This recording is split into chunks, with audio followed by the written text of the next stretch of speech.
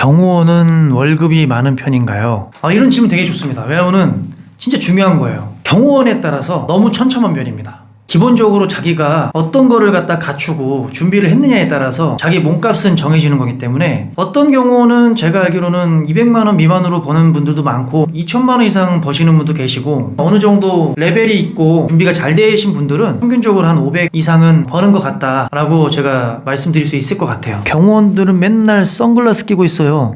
더 안 보일 것 같은데 개개인마다 생각이 다르겠지만 선글라스를 멋으로만 낀 건 아닌 것 같고 요인을 볼 때 눈이 너무 일단 부시면 안 되고요. 그래야 저희가 시선도 잘 보이기도 하고 그리고 상대방으로 하여금 제 눈이 어디 시선으로 향한 거를 보지 못해야 그리고 당황한 거를 나타내서는 안 돼요. 불안해서 이리저리 그리고 왔다 갔다 하는 거를 방지하기 위해서 표정을 숨기기 위해서 선글라스를 쓰는 경우도 많고 야외 행사를 가게 되면 이제 햇빛이 굉장히 많이 비치잖아요. 장시간 행사를 갖다가 저희가 경호를 맡아서 안전을 책임지는데 그때 전두지휘 하는데 거의 뛰어다니거나 밖에 있는 경우가 많다 보니까 눈이 굉장히 부신단 말이죠. 그런 경우에는 선글라스를 많이 끼고 선글라스가 아무래도 카리스마가 좀 있어 보이지 않습니까? 그러면 그런 부분에서도 다용도로 선글라스는 좋은 거니까 외부에 있을 때는 눈이 아파서 끼는 경우가 많습니다. 경호원들은 그래도 어느 순간에서라도 평정심을 유지하는 게 경호의 원칙 중에 하나이기 때문에 이 표정을 가리는 용도로 선글라스를 쓰는 경우도 왕왕 있습니다. 경호원 하면 연예인 많이 봐요. 경호원이 모든 업무를 다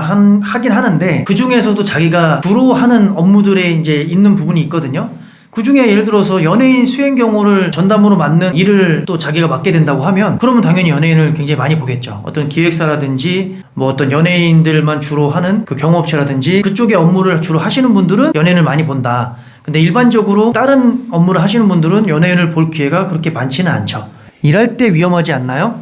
위험한 상황에 경호원을 부르는 거기 때문에 사실적으로 위험한 상황이 생길 수 있죠. 개인적으로 봤을 때는 솔직히 말씀드려가지고 그렇게 많지는 않습니다. 데이트 폭력이라든지 스토킹이라든지 여성분이 혼자 있을 때는 마음대로 하려고 오지만 건장한 경호원이 옆에 있을 때는 한 번도 본 적이 없습니다. 미쳐서 이렇게 칼부림을 한다든지 이러면은 정말 위험한 상황이 될 수는 있는데 그리고 저희 경호원들도 그냥 나가지 않아요. 우발적인 상황이나 이런 거 됐을 때 대처를 하기 위해서는 저 같은 경우는 이렇게 바디캠을 착용을 시키고 제가 내보내요. 이런 게 일단 좀 법적 증거가 되기 때문에 칼을 휘두르는데 거기에 대해서 그냥 칼을 맞을 수는 없잖아요. 그러면은 저희도 말 그대로 단봉이라든지 가스총을 소지하고 쏠 수도 있는 경우가 되는데 이 대한민국 참 법이 참 우리는 좋은 일을 하는데도 불구하고 법은 좀 약간 아니더라고요. 그래서 그런 거를 예방하기 위해서 또 이런 바디캠이라든지 증거 자료를 수집하려고 하는 거고 그런 부분에서는 그렇게 위험하지 않습니다. 덩치가 커야 되나요? 현실적인 질문들을 많이 해주셔서 아주 훌륭하신데 크면 좋죠. 일단은 크면은 비유를 하자면은 최영만이랑 이상인? 이상인 엄청 무술 실력이 뛰어나시잖아요. 근데 최영만이랑 이상이랑 놓고 봤을 때 겉만 보면은 당연히 최영만이 쎄하니까 덩치가 크면 좋은데 중요한 건 덩치가 크다고 해서 일을 잘하는 건 아닙니다. 덩치 큰 사람을 보내달라고 하시는 의뢰인분들도 계시는데 정말 운동 능력이나 경호 능력을 중하게 여겨서 그런 분들 위주로 파견해달라는 분들도 계십니다. 덩치가 왜소하지만 오히려 더 센스나 자기가 덩치에 못지않게 뭔가 자기만의 장점이 있으면 보완할 수 있기 때문에 덩치가 무조건 커야지만 경호원을 할 수 있다는 거는 저는 아닌 것 같습니다.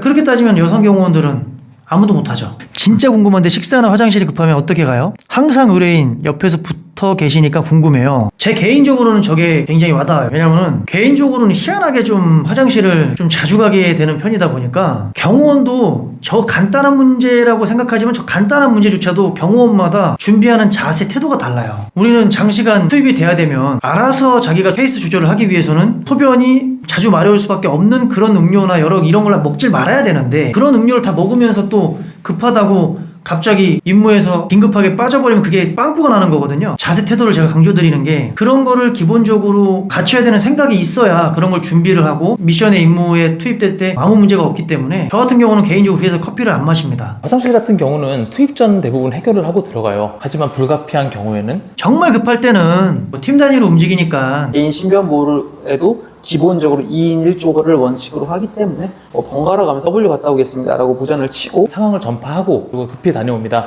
남은 인원들이 최대한 더 넓은 범위를 커버하게 되고요. 식사도 비슷한 경우일 것 같은데요. 아주 장기간 투입이 되는 게 아니라면 대부분 걸러요. 의뢰인의 배려로 다녀오는 경우도 있긴 한데 통상적으로는 먹지 않고 임무가 종료된 후에 식사를 하게 됩니다. 기업 인사라든지 VIP들을 수행할 때는 저럴 때는 진짜 힘들죠. 그래서 평소에 준비를 잘해야 됩니다.